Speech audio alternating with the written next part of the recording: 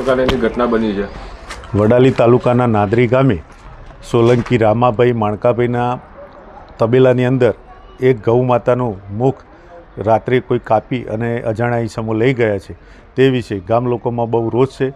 જ્યારે મને રામભાઈ સોલંકીએ સવારે ટેલિફોનિક જાણ કરી કે ભાઈ આ રીતનું સરપંચ બન્યું છે, તો હું સ્થળ ઉપર જઈ તપાસ કરી પોલીસને જાણ કરી. પોલીસનો કાફલો સ્થળ ઉપર દોડી આવતા એ લોકોને FRI કરવા માટેની તજવીજ હાથ ધરેલ છે.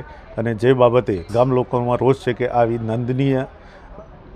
નિંદાકીય પેલી ના થવી જોઈએ. અને આજ સુધી આ ગામમાં આવું કોઈ પણ પ્રકારનું કૃત્ય બનેલ નથી, જે ગામ લોકોની અંદર રોષ બહુ ચાલે છે. હાલ સ્થાનિકોની માંગ એવી છે કે જલ્દીમાં જલ્દી આ જે આરોપી છે તેને પકડી અને કડકમાં કડક સજા થાય તેવી ગામ લોકોની માંગણી છે. અત્યાર સુધીમાં કયા પ્રકારની કાર્યવાહી કરવામાં આવી? અત્યાર સુધીમાં પોલીસ દ્વારા હાલ FR લખવાની કામગીરી ચાલુ છે અને હાલ PI તપાસ સ્થળ ઉપર આવી અને તપાસ કરી અને FI કરવાનું કહે છે. હું સ્થળ ઉપર જઈને આવે છું. શું નામ આપનું? મારું નામ પટેલ અશોકભાઈ બેચરભાઈ. વડાલી તાલુકાના નાદરી ગામે જે તબેલાની અંદર ગૌ હત્યા કરી અને મસ્તકની ચોરી કરવામાં આવેલી છે, એ સમગ્ર ઘટના બાબતે આજરોજ વિશ્વ હિન્દુ પરિષદ અને સમગ્ર હિન્દુ સમાજ આક્રોશિત છે. પ્રશાસનને માંગ કરવામાં આવે છે કે આરોપીઓની યોગ્ય રીતે કાર્યવાહી કરી અને સજા કરવામાં આવે, નહીં તો ટૂંક સમયની અંદર વિશ્વ હિન્દુ પરિષદ અને સમગ્ર હિન્દુ સમાજ વતીથી આંદોલન કરવામાં આવશે.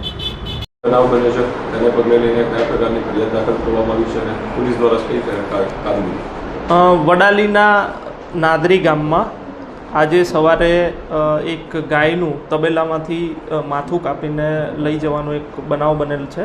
એના અનુસંધાને જે વડાલી પોલીસ સ્ટેશનનો ટીમ છે એ તાત્કાલિક ઘટના સ્થળે પહોંચી હતી અને જે તબેલાના માલિક છે એની પૂછપરછ અને એમ કરી એમની ફરિયાદ લેવામાં આવી છે. એમનું નામ છે વિજય રામાભાઈ સોલંકી.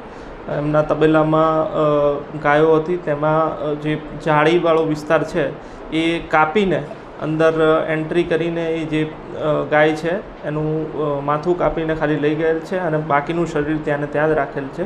એ બાબતે અજાણ્યા ઈસમો વિરુદ્ધ જે વિજયભાઈ છે એમણે ફરિયાદ આપેલી છે અને જે અજાણ્યા ઈસમ છે એમના વિરુદ્ધ વડાલી પોલીસ સ્ટેશનમાં ભારતીય ન્યાય સંહિતાની કલમ 325, 329, 3 પશુ સંરક્ષણ ધારાની વિવિધ કલમો હેઠળ ફરિયાદ દાખલ કરવામાં આવી છે. આ ઘટનાને અનુસંધાને જે આ ઘટનાને જે અંજામ આપનાર વ્યક્તિ છે એને પકડવા માટે અમારી LCB, SOG અને લોકલ પોલીસની ટીમ CCTV ફૂટેજ અને અન્ય સર્વેલન્સ અને હ્યુમન ઇન્ટેલિજન્સના માધ્યમથી ડિટેક્ટ કરવાનો પ્રયત્ન કરી રહી છે અને કોઈ અનિચ્છનીય બનાવ ન બને એ માટે પેટ્રોલિંગ અને વાહન ચેકિંગ વિસ્તારમાં ચાલુ છે.